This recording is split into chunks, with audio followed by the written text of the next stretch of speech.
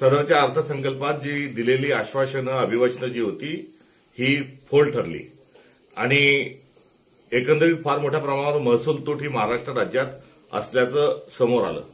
दुसरीकडे शेतकऱ्यांच्या शेतमालाच्या भावाचा प्रश्न तसाच आहे, तिसरीकडे बेरोजगारीचा प्रश्न तसाच आहे, कायदा व सुव्यवस्थेची पूर्ण वाट लागलेली आहे, महिलांचा सुरक्षिततेचा प्रश्न हा अत्यंत गंभीर झालेला आहे।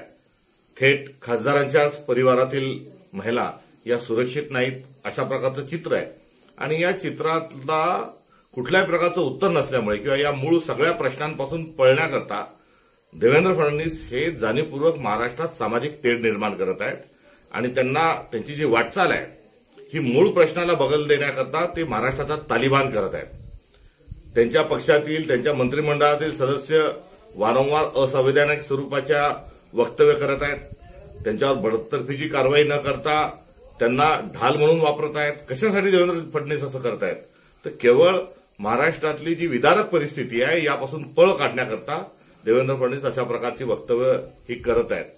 हा महाराष्ट्र जो आहे हा छत्रपती शिवाजी महाराजांच्या विचारांनी प्रेरित असणारा हा महाराष्ट्र आहे।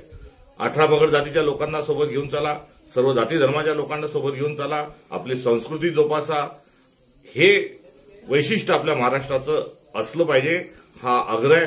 105 हुतात्म्यांच्या बलिदानानंतर महाराष्ट्र धर्म नावाची जी संकल्पना आली आहे ही तोडण्याचं काम हे देवेंद्र फडणवीस आणि त्यांच्या मंत्रिमंडळातील सर्व सदस्य मिळून करीत आहेत।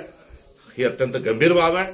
त्यामुळे या महाराष्ट्राचा देवेंद्र फडणवीसांना तालिबान करायचा आहे का हा महत्वाचा प्रश्न आज एकंदरीत परिस्थितीच्या निमित्तानं हा निर्माण झालेला आहे। एबीपी माझा, उघडा डोळे बघा नीट।